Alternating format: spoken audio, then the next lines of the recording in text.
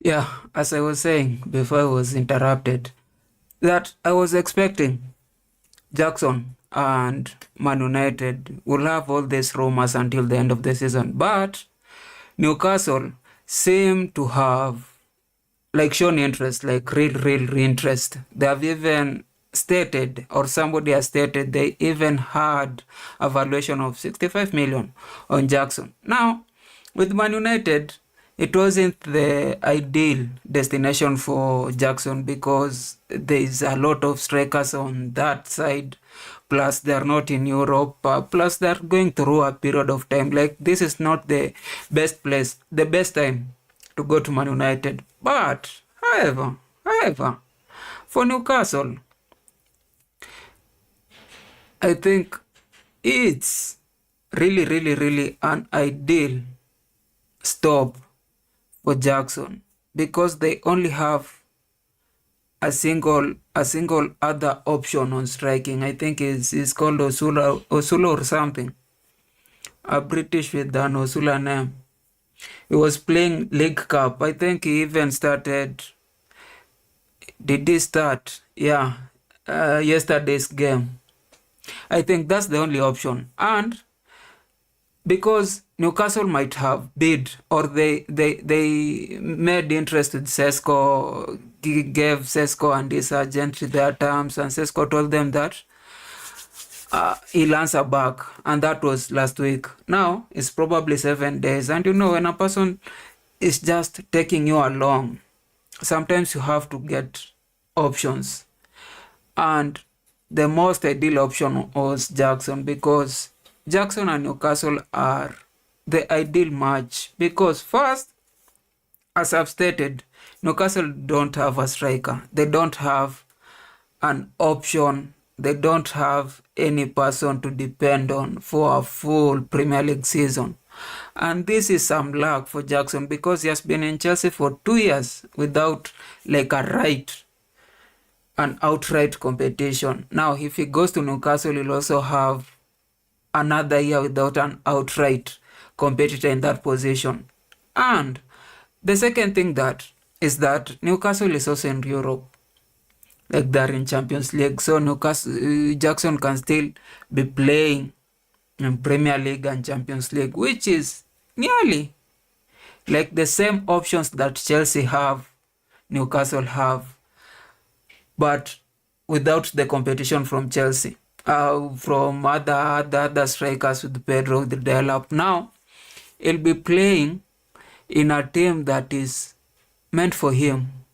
It's just have Elang as a winger, Murphy as a winger, Gordon Ramsay, Gordon as a winger, and everybody will be working for him. Now, that's the best position that as a striker you want yourself in. You want to be in a team that is playing the top competitions.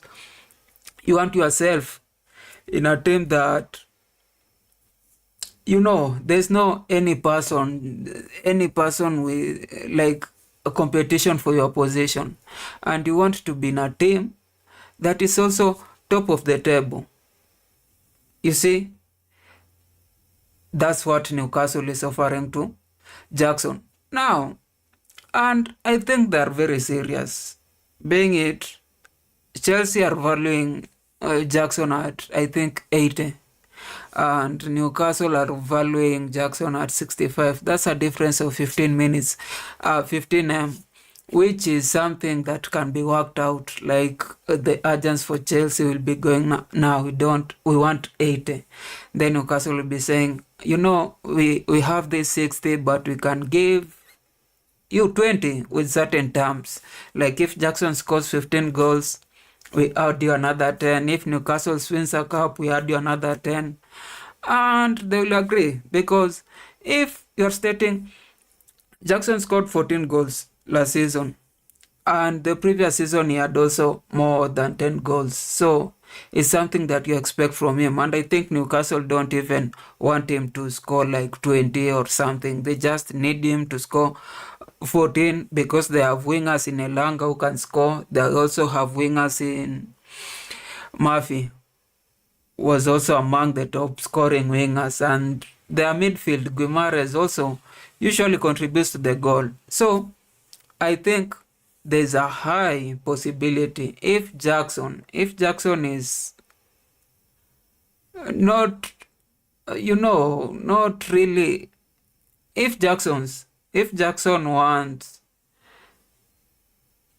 to be in a better place, I don't think if that's the right word. If Jackson, because Jackson I think is 23, he still has a lot of years to make a lot of changes or a lot of transfers. Like if he performs even 2 years at Newcastle and is among the top strikers in Premier League at that time, he can still go to any bigger team. And Newcastle is not a small team, but he can still come back to Chelsea. Don't know that. Can still go to Man City. He can still even go to Real Madrid. Because, and I've stated this over and over and over, like Jackson is a good player. He's one of the best.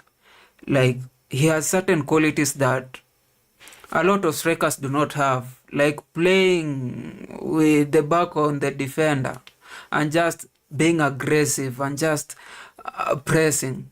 A lot of strikers don't have that, and the strikers that do have that, they have a problem with just balling, like controlling the ball, like able to dribble past two people, able to make all those runs on the wings. The only thing that Jackson doesn't have is that scoring instinct. And I've said, as much as it's hard, one can learn it. And that was my fear. Like if we sell Jackson to Newcastle and he just finds the mistake that he has. He just get that scoring instinct. And then this will be one of the best striker. And not just a striker, he will be one of the best player. Not in Premier League, not in Europe, in the world.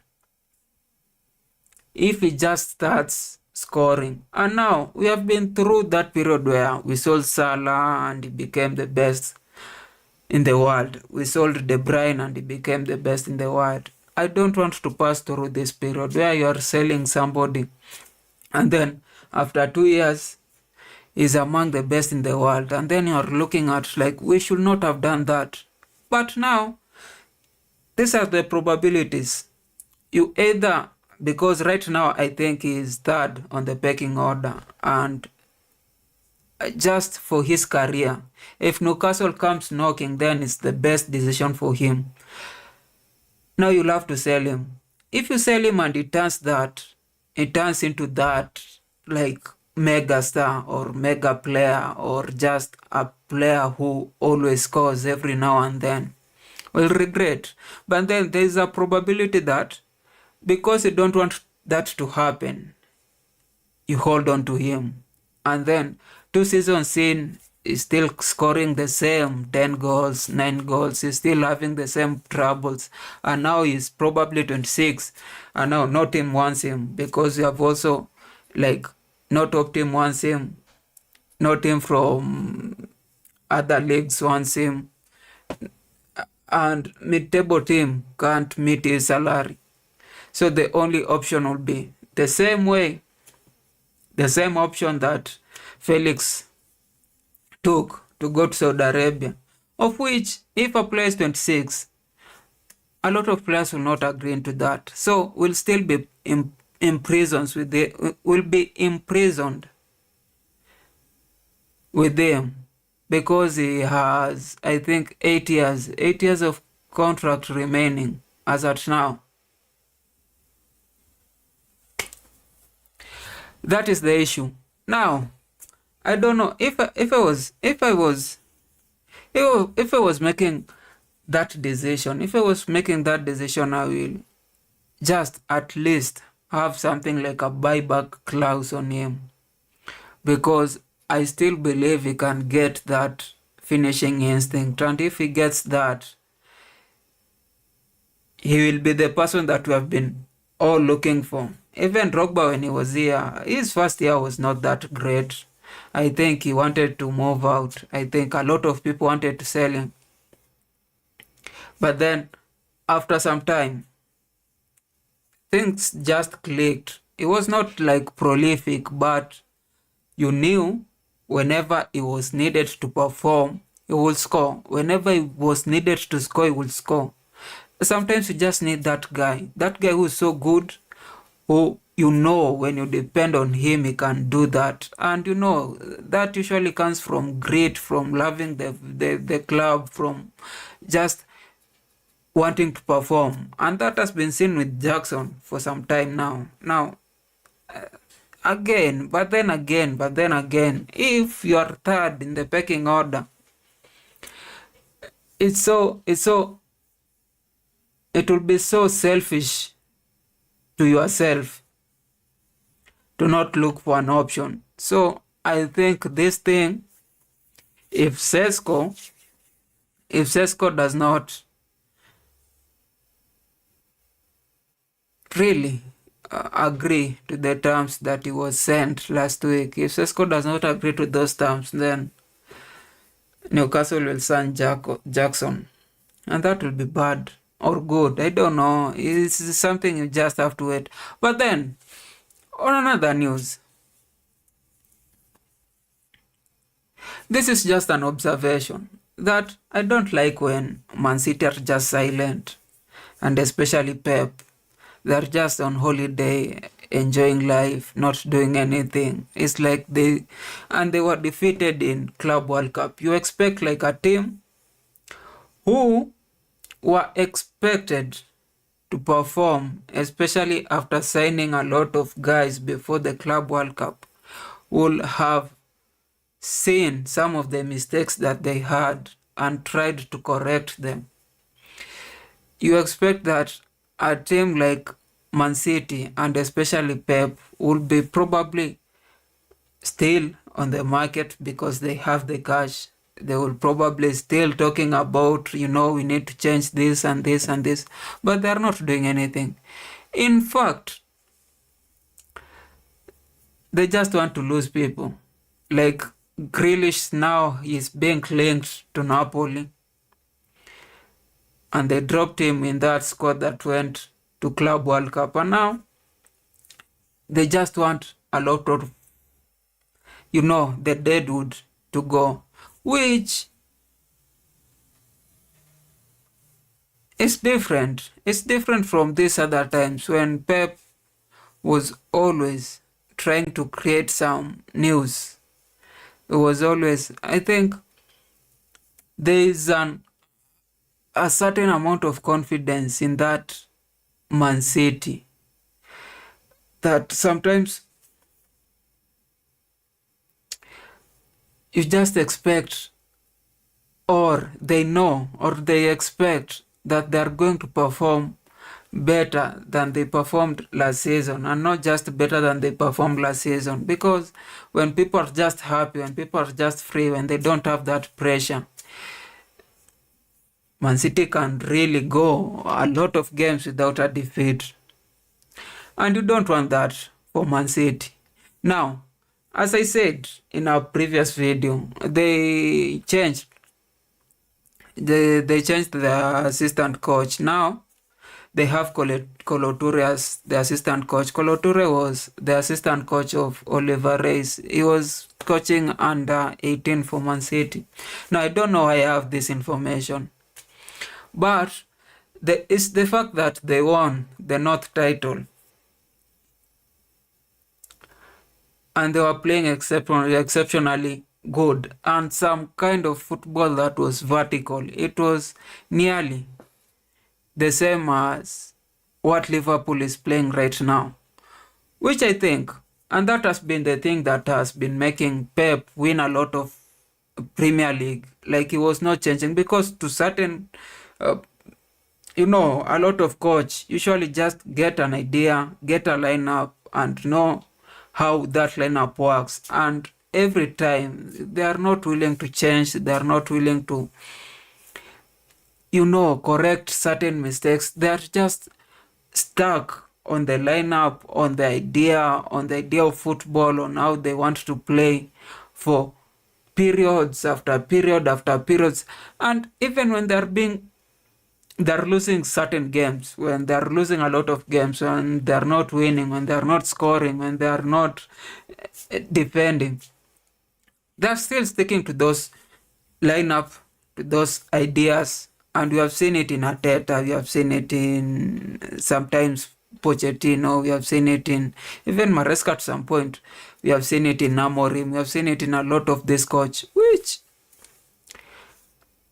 is different with Pep, because even as he came to Premier League, everybody expected him to play that tiki-taka, Barcelona tiki-taka, but he played just another version.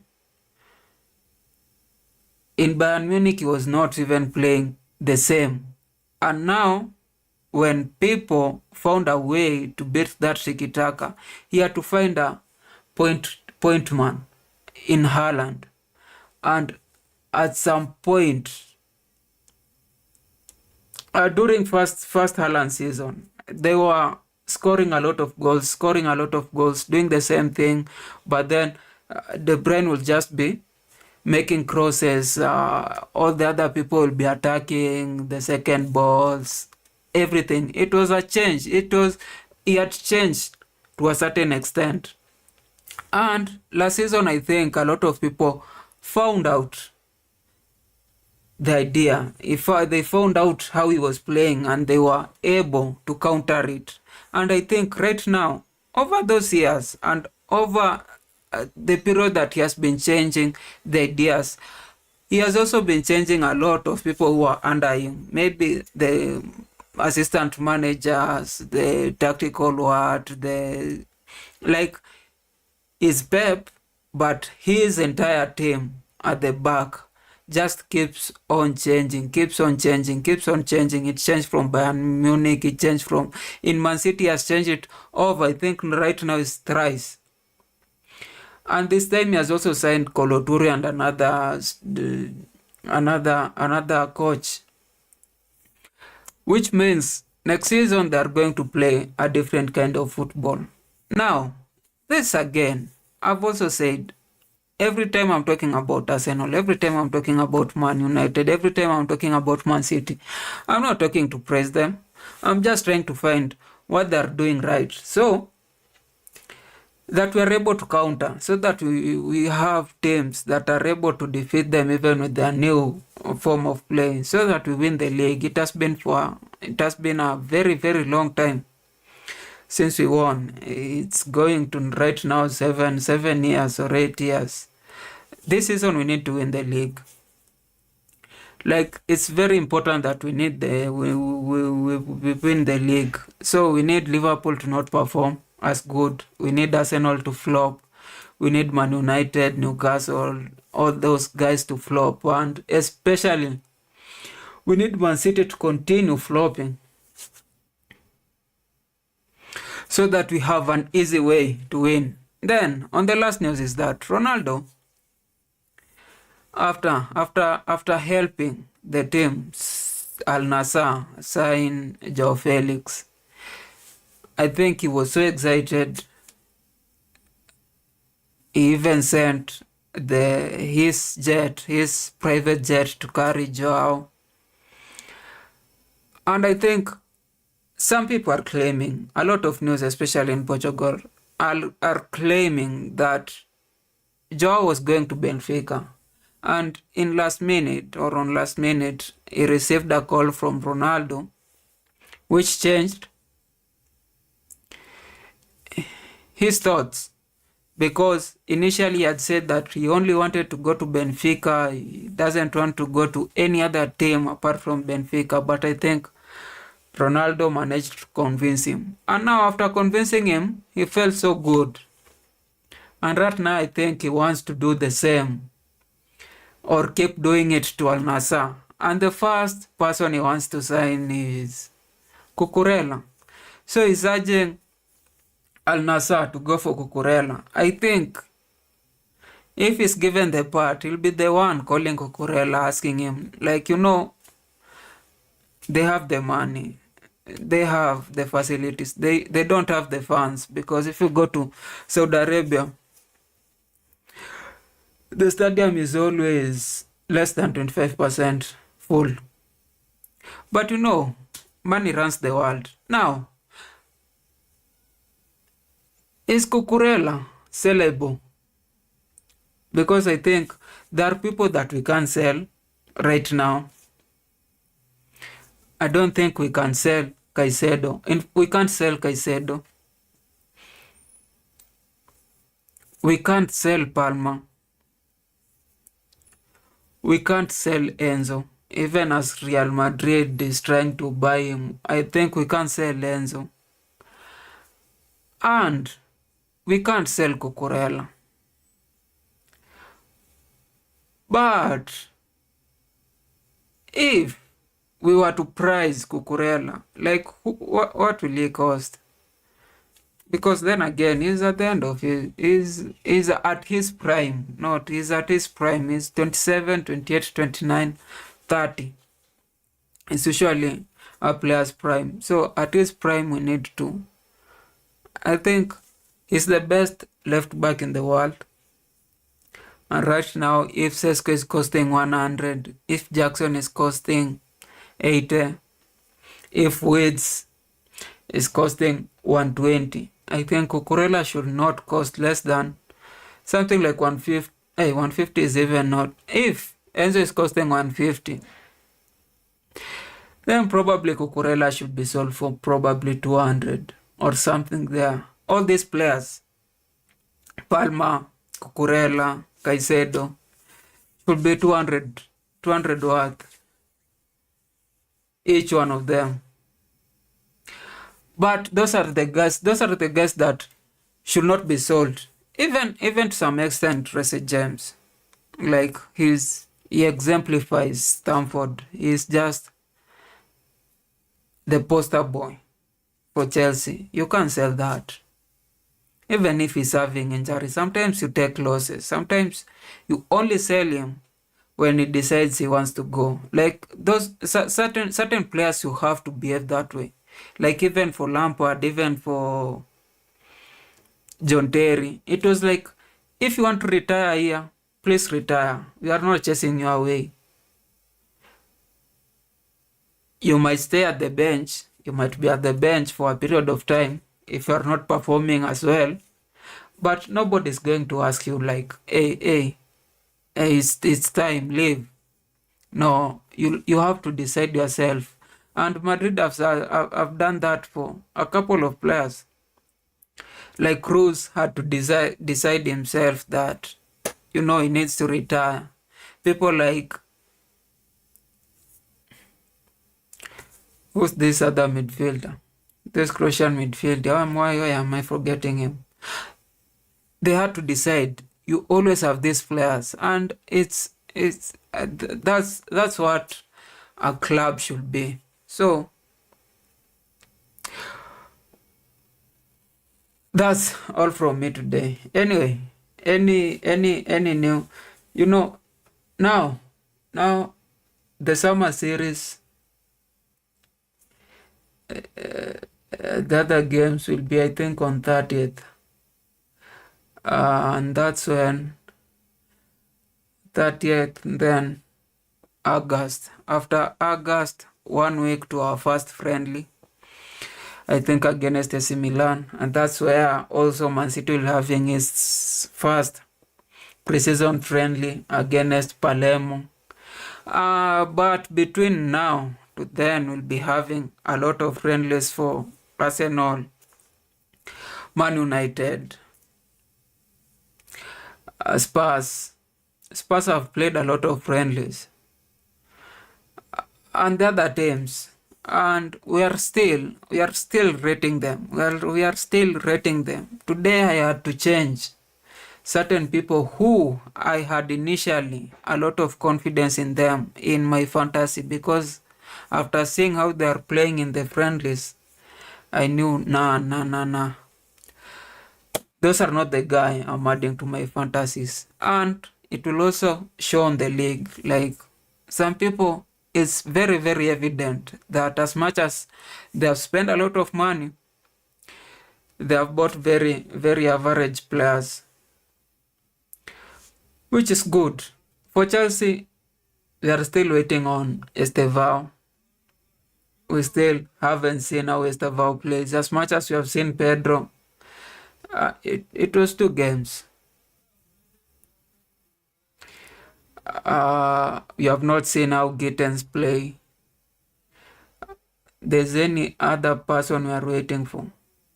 There's still the deal with Xavi Simons and Jorel Hato, which they might or they may not be concluded. Either way, Chelsea has a full team. And that's from me today. Anyway, have a nice